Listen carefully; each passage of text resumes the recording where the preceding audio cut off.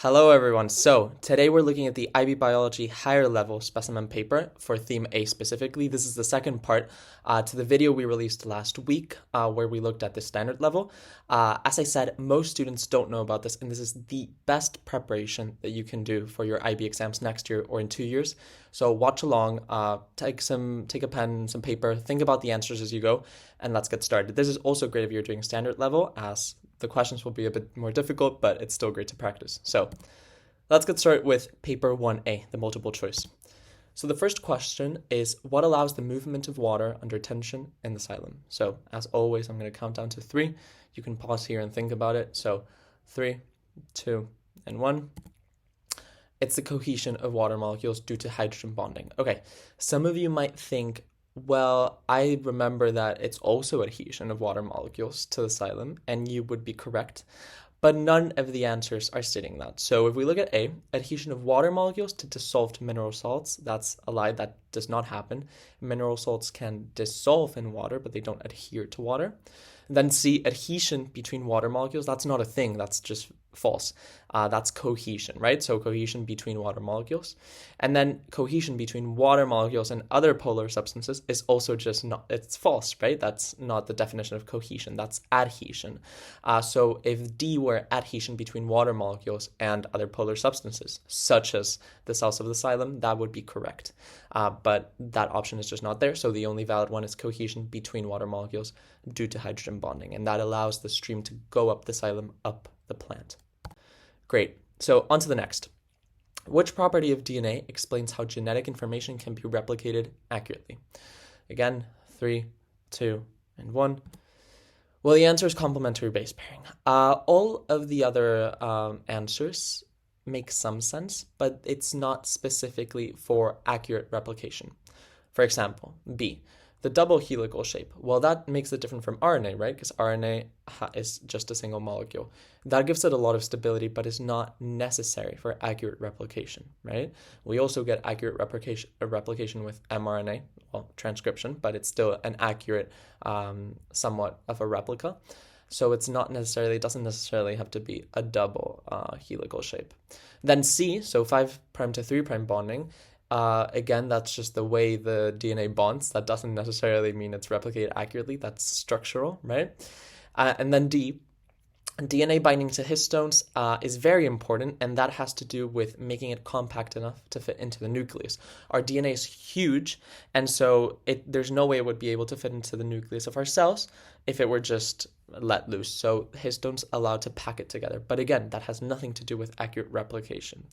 But it's complementary base pairing that leads to accurate replication, because you need a letter to be replicated to another letter. So if you have an A, you need that to be a T, C, G, and so on, because otherwise, if an A, an adenine, could bind to a T, a C, or a G, then you would have no continuity, right? Every single time you replicated DNA, you could get a completely different DNA molecule, and that would be a mess.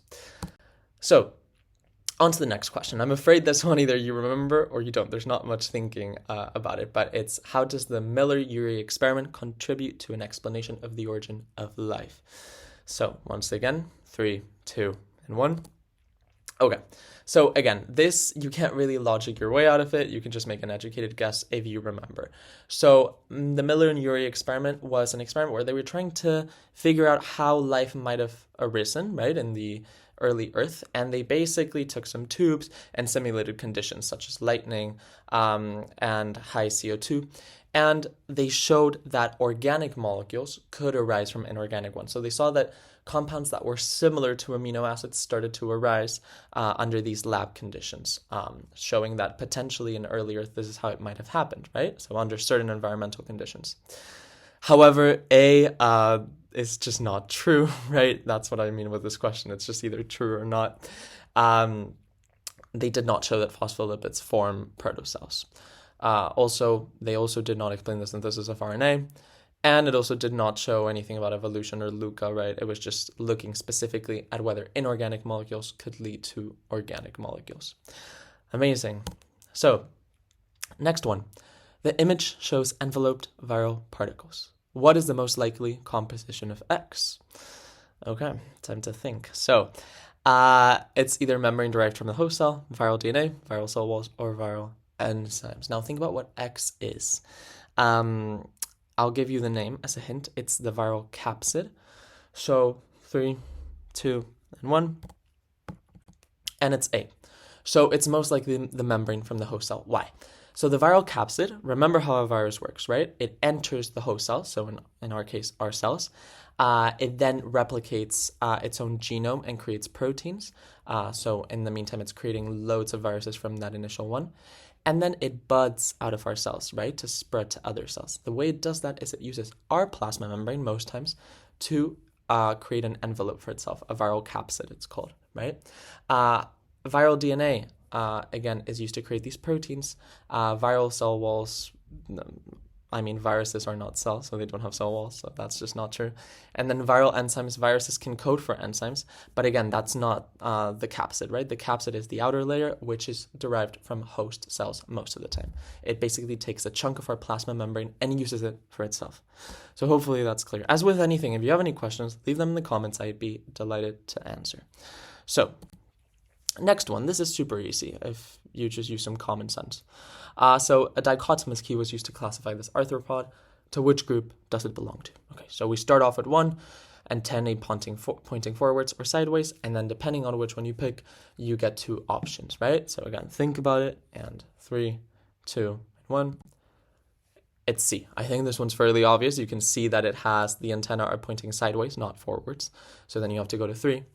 And then if you look at each segment, there's only 1 pair of legs. Careful, right? Pair of legs, not 1 leg. There's 2, but that's a pair. Therefore, the answer is C. So that's just looking at the image and understanding the basics of a dichotomous key. Hopefully that was fine. Great. So the next one is a cladogram was constructed based on base sequence differences. What can be deduced? Now, this is tricky. Careful, because a lot of times when interpreting images, IB is going to try and trick you. So make sure that the answer is completely correct, right? You're not trying to do guesswork here. It needs to be, by definition, correct. So think about it. And again, in 3, 2, and 1, it's D. Why? Let's talk about this. So A, firstly, there are only 3 clades shown. Now that is not true. Why? Because clades stack on top of each other. So whilst this is a clade, right, X and Y, this is a clade, X, Y, and Z is also a clade. So that's already 2 clades. Then Z, Y, and X and W is another clade. So that's 3 clades. And then V, W, X, Y, and Z is another clade, right? So there's more than 3. Secondly, morphological differences between V and Z increase with time. Now you might think so, right? Because they're very separate on the clade. So what that means is that they're probably very, very distinct, but that doesn't mean necessarily that morphological differences increase with time. This has shown us that base changes have increased with time in the past. We don't know if that will happen in the future, and we also don't know if that will lead to morphological differences. So again, see, they're really, really trying to get you there. Be very careful with the definitions, right? And then thirdly, there's only 1 difference between the amino acid sequences of X and Y. Now that's just plain false. They're obviously similarly related, but that doesn't mean it's just 1 difference. It could be thousands or even more, right? It could be millions. We don't know. We have no idea. It's not indicating that. However, Y and Z, which are here, right on the clade, have a more recent common ancestor, which is this one over here, in this node, than W and X, which is true, right? Because the common ancestor of W and X is here. So that's less recent than this one. Okay, grand. So, on to the next. Polyploidy has been a cause of rapid speciation in some plant genera. Which observation is evidence that speciation has occurred? Again, careful. This one can be quite tricky. Think a little, and in 3, 2, and 1, it's D. Why? Okay. A polyploid plant reproducing asexually isn't really telling you anything about whether speciation has occurred, right? Speciation, remember, is a species diverging into 2 separate species, right? So a new species being created. So that's not really telling you anything. Then B, a polyploid plant produces male and female gametes. Again, that's not really telling you anything. Those gametes might not be fertile, right? They might not actually do anything. So then C, fertile offspring are produced when a polyploid plant crosses with a diploid plant. Now, careful, this would mean no speciation has occurred. Remember, if fertile offspring can be produced between 2 organisms, that's the same species, right? So then there would have been no speciation. There would have been no new species created. However, D, if fertilization can occur between polyploid individuals, a new species has been created, right? Because we've gotten the diploid individuals to create polyploid individuals, and they can then fertilize and produce offspring that are fertile. So that's a sign that that is a new species, right? So hopefully that makes sense. I understand that is a bit tricky. Okay, this one's easy and simple. So domestic dogs evolved from gray wolves, which best described the evolution giving rise to the domestic dog. Okay, I won't spend too much time on this one. So 3, 2, and 1. Okay. So A, the wolf produced offspring in large numbers, which underwent natural selection. We know that dogs didn't evolve by natural selection, right? It was due to humans, so it's not natural. Then B, variations of the wolf population that resembled modern dogs favored wolf survival. That's not true. Can dogs hunt? No. Can wolves hunt? Yes. So it's clearly not that dogs survive in the wild better than wolves, right? This is, again, not a natural thing. It's not a survival thing. It's because we had some input, right? So that's why C is the correct answer. So they showed favorable traits that were selected for breeding. So we chose them artificially, right? We bred them, and that led to the creation of dogs. That's why it happened so quickly, evolutionarily speaking. And then D, again, this is not true, right? Dogs are not better suited to the natural environment than wolves at all.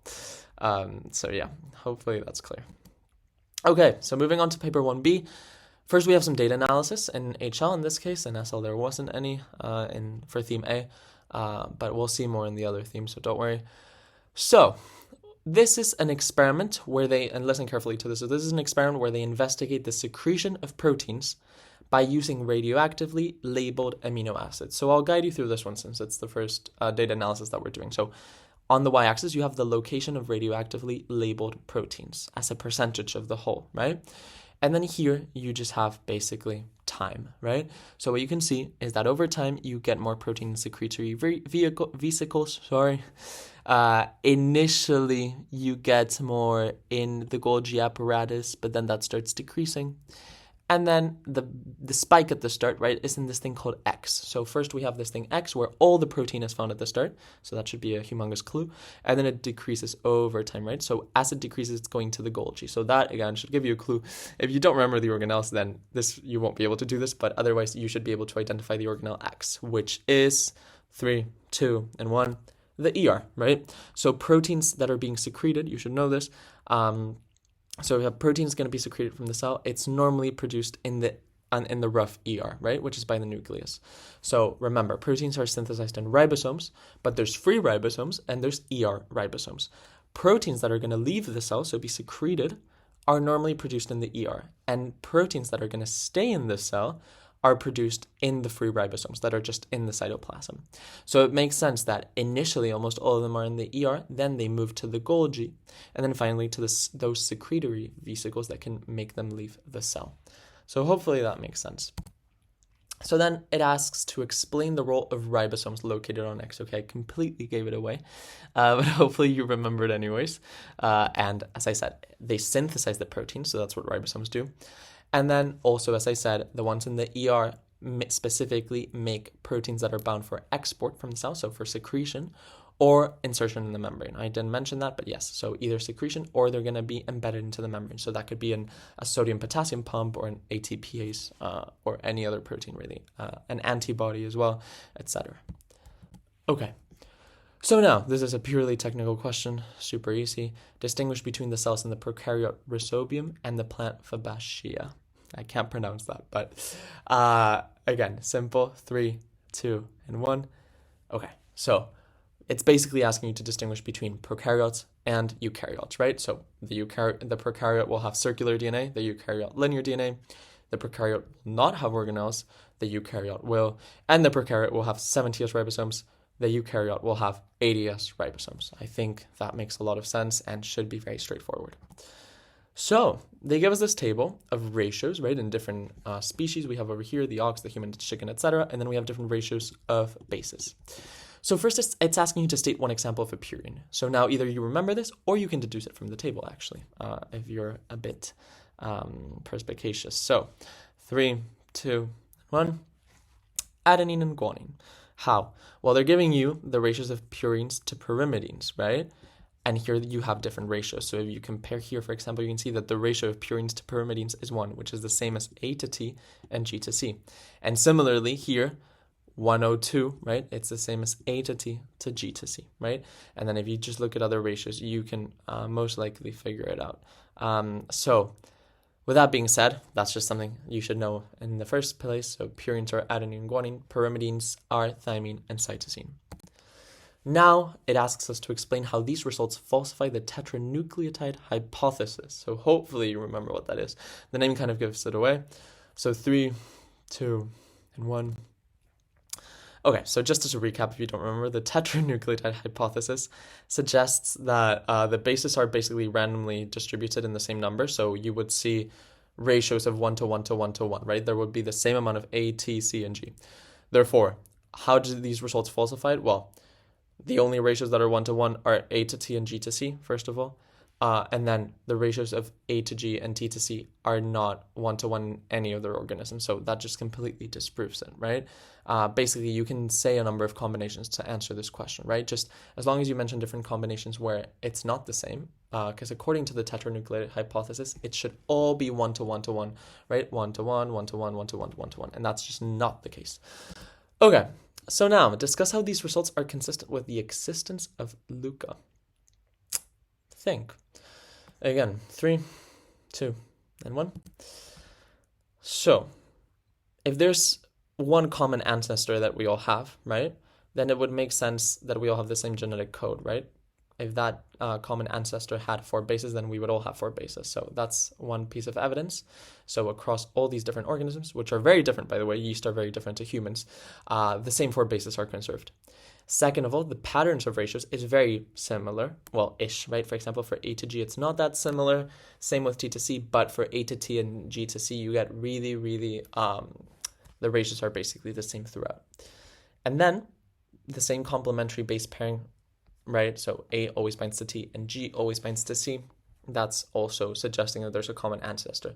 Because theoretically, you could get G binding to T, right? Why is that not the case? Well, it's most likely because the common ancestor had it in that way, right? A to T and G to C, and then that just got passed on to every other organism. Okay, so again, if you have any questions, leave it in the comments. Great. So then it says, discuss the evidence between the relationship between genome size and organism complexity. 4 marks, right? So you have to give it at least 4 points, right? And you can say things for or against because it's a discussion, yeah? So again, take your time, and in 3, pause, and in 3, 2, and 1, the answers are. So you could say, right, for this hypothesis, that eukaryote genomes are larger than prokaryote genomes overall. That's true. It's not shown in the table, but it's true. You could also say that DNA sequences in eukaryotic genomes have a lot of non-coding DNA, right? I remember that's DNA that doesn't code for proteins, but it's still present. And also there are a lot of introns, right, in eukaryotic genes. That's not a thing in prokaryotes. So that's just showing that genome size, right, introns and non-coding DNA adds to genome size. And it's also correlated with organism complexity, right, because it's found in eukaryotes, which are more complex than prokaryotes. But you could also say that actually there's no correlation between genome size and complexity within the eukaryotes. So there's actually a lot of plants that have a much bigger genome than humans, even though obviously a plant is way less complex. So that completely disproves it, right? So there's many arguments to be had here. Okay, and then on to paper 2. So again, some very simple questions at the start.